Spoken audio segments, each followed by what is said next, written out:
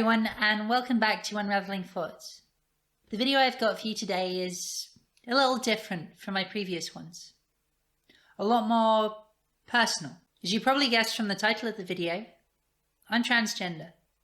I've been transitioning for about just over a year now, and it's honestly the happiest I've been in my entire life. Today, however, I want to talk about a specific piece of media, Tokyo Ghoul, and what it meant to me when I was still just a little egg. I was first introduced to Tokyo Ghoul by the anime in around 2016, and immediately felt a connection with the emotions and woes of the protagonist, Kaneki Ken. I then very quickly devoured the much better manga, and my feelings for it only grew after that. Something about his struggles, his inner turmoil, resonated with me in a way I couldn't really explain or even pinpoint. So, for those unfamiliar with the series, a small explainer. The world of Tokyo Ghoul is filled with a race of people called ghouls, who for all appearances look entirely human, though their eyes turn red and black when hungry. They are also blessed with superhuman strength, senses, and healing, plus the ability to manifest a kagune, essentially flesh tentacles, out of their back to use as a weapon. However, these powers all come with a major drawback. They can only eat human flesh. Everything else tastes like poison to them. Our protagonist is a human living in this world, whom, after an accident, becomes half ghoul after an organ transplant. He is tortured by his newfound disgust at normal food and his changing body, but eventually falls in with a ghoul group who eat, we'll call it, ethically sourced meat. As a concept, ghouls are not too far removed from the vampire myth, a fact reflected in the neo-Gothic trappings of the franchise's art style. And as we all know, vampires are the queerest of all supernatural creatures. How could I, as an emo, closeted trans lesbian, not love this series? Being a trans woman and not knowing is a really difficult space to navigate, especially if you're attracted to your own gender. You see queer stories in the media. You read queer books. You make queer friends and have conversations with them. And these feelings that they're expressing, you recognize them. You see them inside yourself. And yet it feels impossible to claim them. It feels appropriative. It feels like you're doing something wrong. You think you're cis. You think you're heterosexual. How dare you claim those feelings for your own? And that just makes you feel even worse. When the truth of Kaneki's existence as a half-ghoul is first revealed to another ghoul, she is disgusted at his self-pity, his whining. His torment has lasted all of 5 minutes. It's been her entire life. This heavily establishes Kaneki's relationship with the two sides of himself for most of the rest of the story. He's unable to feel truly comfortable, or even accepted, in either the ghoul or human world. However, even full-blooded ghouls face this dilemma as well. Amongst the ghouls, there's essentially a split. Those who wish to integrate into the human world as much as possible, and those who want nothing to do with humans, yet each approach carries its own risks, due to the ghoul hunting organisation, the CCG. In both the characters of Kaneki and Toka, we see part of what grounds them in the human world is their respective friendships with the people closest to them. For Kaneki, this is Hide, and for Toka, Yoriko. These friendships help each character keep a base in the human world, and provide a space for them to feel normal and accepted. Yet, we also see several times that these connections can also lead to danger and betrayal, of being outed as a ghoul and ultimately killed, as we can see with Nishiki's elder sister and also Toka's parents. Whilst Kaneki and Toka rely on these relationships for support, love and grounding, they can never truly open up about who they are, for fear for their own lives.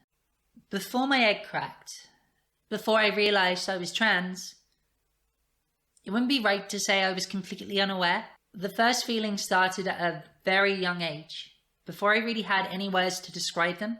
When I got a little bit older and I did have the words, those feelings were well and truly repressed. Though, on occasion, they would start to bubble up to the surface. But I made sure to bury them again nice and quick, though this always caused a lot of distress for me. Like Kaneki, my body started to change in ways that just felt wrong to me. I was becoming something I didn't want to be. This happened for years, and only on 2 occasions did I ever mention my feelings to anybody. Once, when I was really, really drunk, and then again a few years later to my best friend. Also while I was really drunk. This fear is so common for so many of us. Documentaries like Disclosure and The Celluloid Closet show why so many queer people bury their feelings and hide them from the world.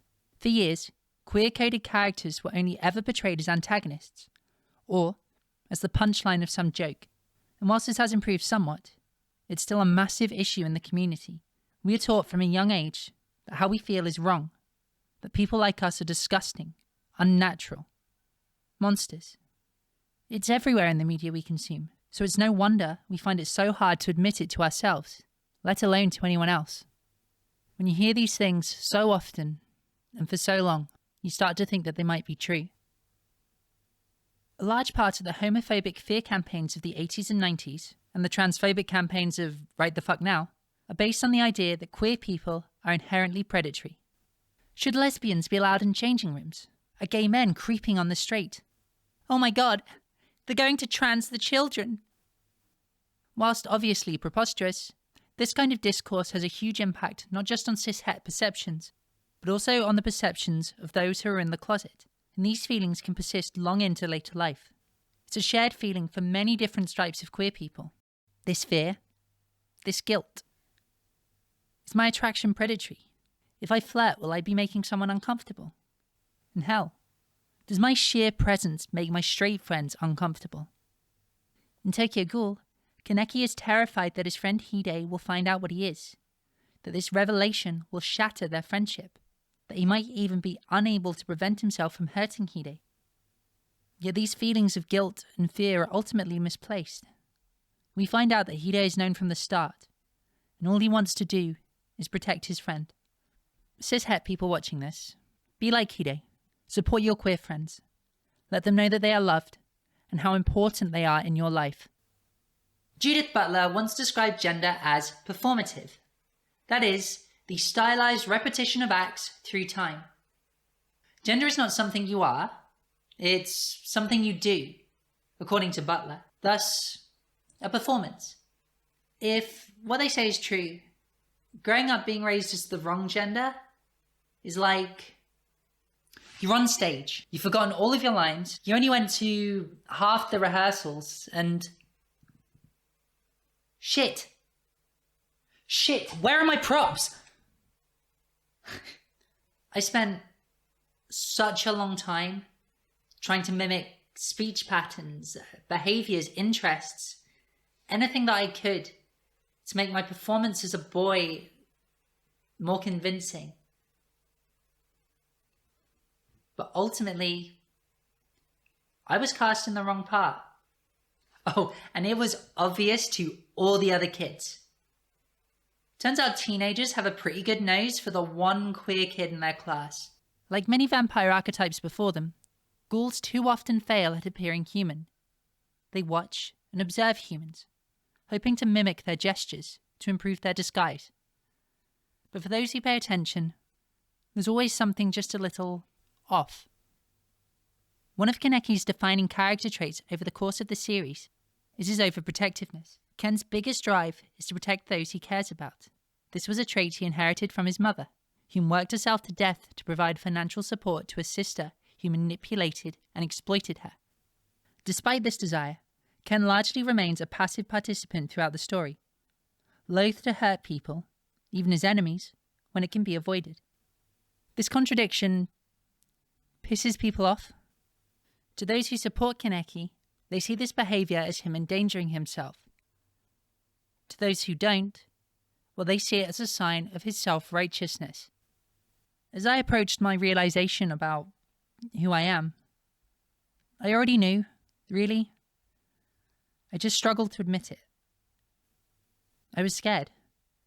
Scared how it would impact my friends, my relationship with my partner, my family. Would I be hurting them by coming out? That was the last thing I wanted. However, in the manga and in real life, a realization. Mother wasn't a kind person or anything like that. She was afraid of being alone. She was a coward among cowards. So am I. It wasn't that I wanted to protect everyone. The one I wanted to protect was myself. Selflessness to the extreme has many motivations, but often it really stems from selfishness. I don't want to disagree. I don't want to inconvenience someone. I don't want to be alone. You're just pretending to think about other people, but in the end, you're thinking about yourself. The final aspect I want to look at is the one that inspired this whole video, and it can be summed up with this panel here. Throughout the story, Kaneki suffers a lot of trauma, both physical and emotional. The pain of his unwilling transformation gives way to the pain caused by his inability to protect those important to him. At the end of the first season of the show, about halfway through the run of the manga, Ken realizes he can't simply be a bystander in this world. He must participate. He snaps, essentially forming a completely separate personality, as represented by his white hair. This personality is a mask to present to the world in order to protect himself. It's through this personality that we see a more ruthless side of Ken, one who accepts his nature as a ghoul and throws himself into their world in an active attempt to change it. The me that I was for most of my life, the one that people met, that wasn't the real me. That was a mask I constructed in order to survive, in order to put distance between the real me and my pain. At the end of the story, Kaneki is fatally wounded, and his two personalities meet inside his mind. The mask breaks down, pleading for forgiveness for his failure to protect the pair of them. But the real Ken just laughs. It's okay. You have saved me countless times, haven't you? You fought in the place of the weak me. I'm not angry. Thank you for everything. As they both start to fade away, they embrace. Let's rest a bit. The ghoul/queer allegory, it's not perfect. In fact, far from it. And the problem with it is a recurring one within fiction. It's one we can see in properties from Zootopia to Beastars. The problem lies in using a subset of people who are inherently violent towards the rest of the population as a stand-in for a discriminated against minority. In both Beastars and Zootopia, predator animals are used as a stand-in for racial minorities. And with an uncharitable reading, this can be read to support some quite racist views. However, with these stories and with Tokyo Ghoul, I think this is a consequence of not really thinking the metaphor through, or maybe from an absence of clarity in the text, as opposed to any malign intent. I like to think so anyway. However, it is important to recognize the messages, explicit and subtle, in the stories that we tell. Though it would take years for me to come out after reading this story, it stuck with me that whole time. It percolated in my brain. It allowed me to feel catharsis for a pain that I didn't even know that I had. But this was my reading of the story. What it meant to me in a moment I needed it most. From where I am now, I can understand those feelings better. And so I love this story even more. And I suppose that's what I love about fiction. Why I do what I do. Stories allow us to address feelings that we have, known or unknown, in a way that shields us from the full brunt of their impact. And for that, I'll always be grateful to a weird, edgy little manga called Tokyo Ghoul. Hi everyone, thank you for watching to the end of the video. I really hope you enjoyed it.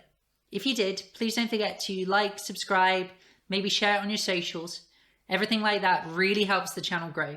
And also, any trans or queer audience members out there, what's a story that you experienced before you knew? And how did that kind of impact change after you came out? I'd be interested to know. Leave a comment down below. Anyway, that's all from me. I really hope you enjoyed it again, and I'll see you in the next one. Okay, bye.